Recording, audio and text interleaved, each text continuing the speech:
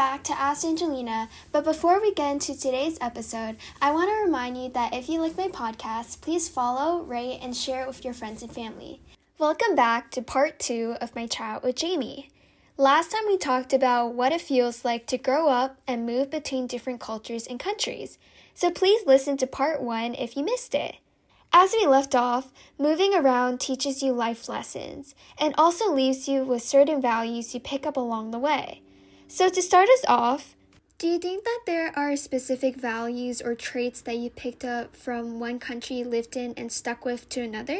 Other people probably have a lot more to say, especially in regards to like American individualist culture versus Asian collectivist culture, you know?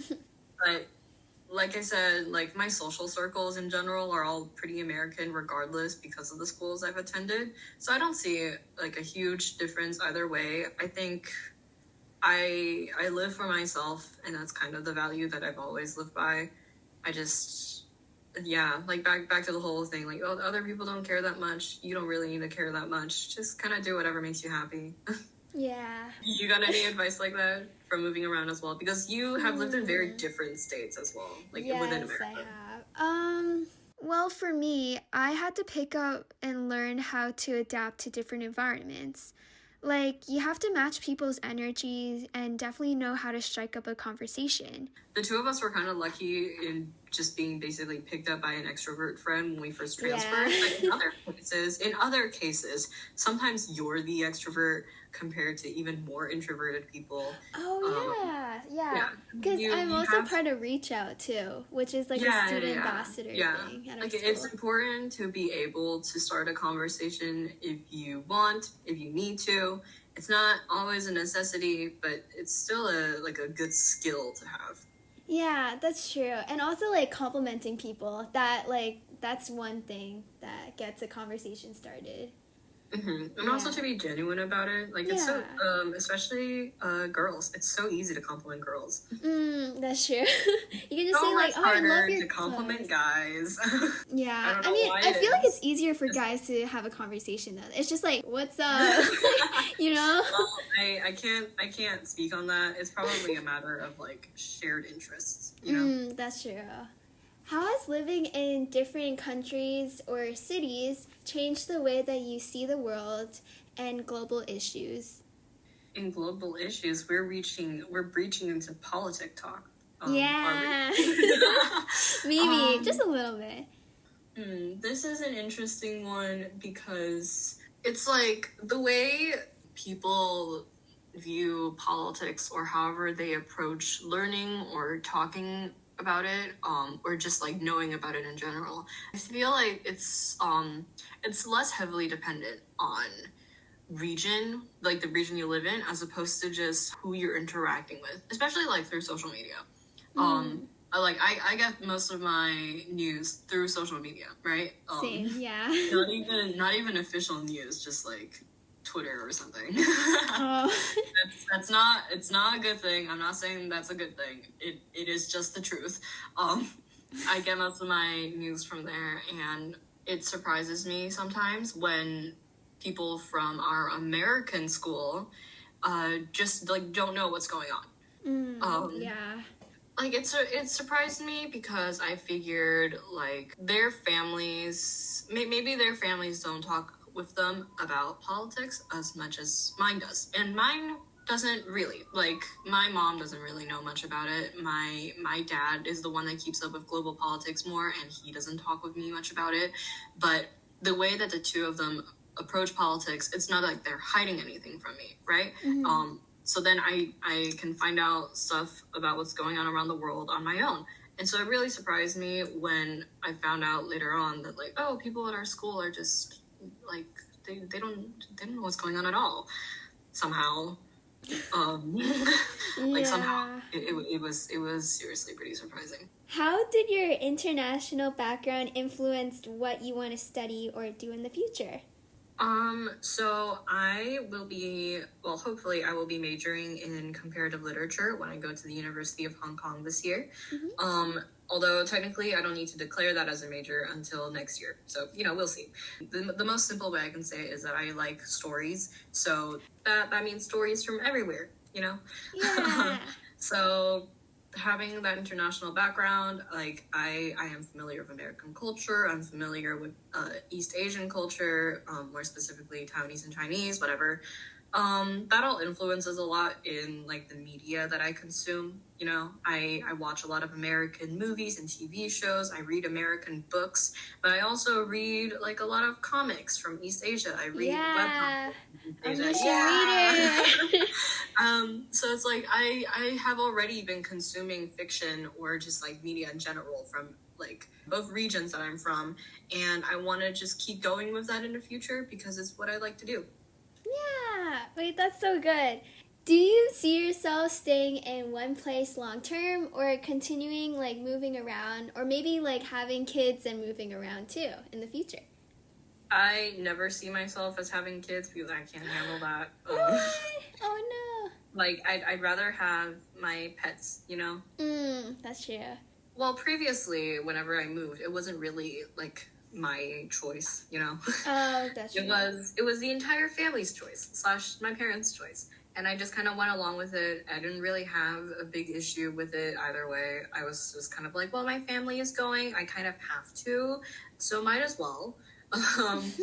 It wasn't a time when I could really decide for myself where I wanted to. I was open-minded in that sense as well. Like I was like my brother. I remember when we first moved to Taiwan during COVID, my brother was super worried about like, oh, what if they don't let us back into the US and stuff.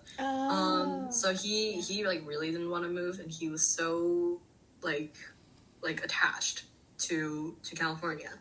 And like initially I was too, but I was sad about leaving my friends behind because I was worried I wouldn't get a chance to see them again. And then, like after a while, I was just kind of like, well, if we have to, we have to. I'll just try and make an effort to see them in the future. It's not too big of a deal. And that's worked out. I've managed to see my friends again. Yay! In the future, well, I'm going to Hong Kong for the next 4 years for undergrad. If my university decisions work out for me, then the latter 2 years of my undergrad, I will be back in California. But you're gonna transfer? Not transfer. I'm still rooting for that dual degree program with UC Berkeley. Oh, wait, that's so cool. I'm still on their wait list. So if they ever reach out to me and say, hey, you're accepted after all, then I'm definitely renegotiating with them for the dual degree program that I was already rejected from. But because it makes zero sense to me why they would accept me into both schools, but then not the program. Like, why? That's true. But if they don't allow that, then I'm sticking with the University of Hong Kong for the next 4 years. Yeah. So either way, I will be in Hong Kong for at least 2 years.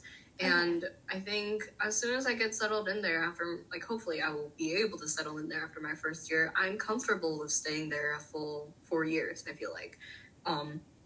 Especially because of like whatever is happening in America right now, it's a pretty good time to escape. Definitely, yeah. And it's close to home. It's close to like a culture that I'm so comfortable with already, and it works out better for me in that way, in all kinds of ways. If we're saying like moving beyond that, I think that kind of depends on employment. Oh yeah, getting a job in the future.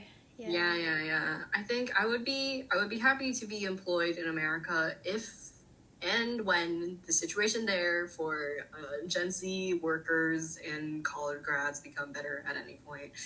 But right now, like honestly, I don't really see that happening right now. Yeah. Yeah, it's a pretty bleak future, but we can hope for better things. I will just be hoping from a distance. Yeah. I mean, you can, like, watch the news and, like, see what's going on before you go back eventually. Otherwise, I mean, there's a big market for English speakers in Hong Kong and Taiwan both, honestly. Oh, yeah. I think I would be comfortable staying in East Asia. Yeah. Would you ever, like, go back to Taiwan and, like, move here? To work or just live? Both. Okay, this is a word of wisdom from my mother. Taiwanese salaries, super low. Taiwanese cost of living, also super low. Mm-hmm. So that kind of works out, but only if you want to stay like in the same situation your entire life. Hong Kong salaries, higher. Hong Kong cost of living, also higher. I see a trend. Yeah. So, the best case scenario, get a job elsewhere, but live in Taiwan. That would be the best. But, yeah. We'll see what happens. Would there be somewhere you've never lived but would love try living in it? Ooh, to try living there. If we're ignoring things like practicality, like not being entirely familiar with the culture or language barriers, I think I might try living somewhere in Europe, like Spain or something. Ooh! I like the culture of eating dinner at like 9 or 10 p.m. And also, I think they're called afternoon siestas. It's like around, like they have like a 2 or 3 hour break, something like that, where the entire country takes their nap in the afternoon. What? Like nap time for adults? Like everybody gets off work for 1, 2 or 3 hours or so, and then everybody takes a break, Wow, wait, I did not know that, and I've also never been there, so that's awesome. I'm pretty sure they have that in Spain. They also have it in Italy. I'm not sure where else that's a custom, but I think I would enjoy that very much. Yeah. Afternoon naps are more needed when you're older anyways. That's valid. Lastly, do you have any advice to give someone who's like about to move to different countries for their first time? Well, if it's a country with a language barrier, good luck. If it's not a country where the language barrier or just the language they speak in general is going to be a huge problem, just try and be comfortable there. I mean, it's not like the locals will necessarily be discriminatory. Just be comfortable. They'll like you. Someone will pick you up. It always comes back to that. Yeah. So I'm curious from your point of view, what were the most different and the most similar parts that you see in our backgrounds that we've talked about so far? Ooh, good question. Well, I think the most obvious similarity between us is definitely moving around. So, like, when you moved from California to Shanghai and then back to California, I also moved from Wisconsin to Singapore and then back to Wisconsin. So in that sense, I think we're quite similar, but a main difference between us is that you lived in places like Shanghai who shared the same native language like in Taiwan. But in places like Singapore, everyone speaks English, which is also a plus, but I never lived in an environment where there were language barriers. And I was still learning Chinese and still am at the time, but I never really had the chance to speak a full conversation of Chinese or on a daily basis, other than talking with my grandparents or parents. But I think our experiences differ based on where we went to school, the environment, the culture of the state or country that we lived in. So I think that was a big difference, yeah. When you lived in America, you only attended private schools, right? Yeah, I never got the chance to experience what public school was like. Yeah, when I lived in California, I only attended public schools. I feel like the experience wouldn't be... Well, I can't actually remember much of it now, but... Yeah, I also forgot a lot of stuff, but I feel like it's pretty similar to here. The school we've attended in Taipei for high school was a private school. So I remember being surprised when I moved here for that. But was it really different? Mostly in response to other kids who have been there for a long time. A lot of people said that our facilities or the food was bad, and I was always like blindsided because it was like the best that I've ever had. Yeah, I think our food was pretty good. Like, we had a fitness cafe. Oh, yeah, for sure. We had so much variety, and you can tell that it was, like, freshly made every day. Mm-hmm. Like, compared to when I was in middle school, and every day it was just, like, hash browns. Yeah, it's, like, set meals, and then those, like, milk cartons, too. Yeah, milk cartons, baby carrots, Yeah. I mean, it was kind of healthy, so that's a plus. It was healthy, but very bland. Yeah, that's true. Well, thank you so much, Jamie, for this conversation and also asking me questions. Do you have any last words? Saving those for my death once again. Oh, okay. Well, thank you. Yes, thank you. Well, thank you to you, the listener, for tuning in to this series of what we learned from moving around the world with my friend Jamie. Stay tuned for the next episode, and don't forget to follow, rate, and share this podcast with your friends and family. Goodbye!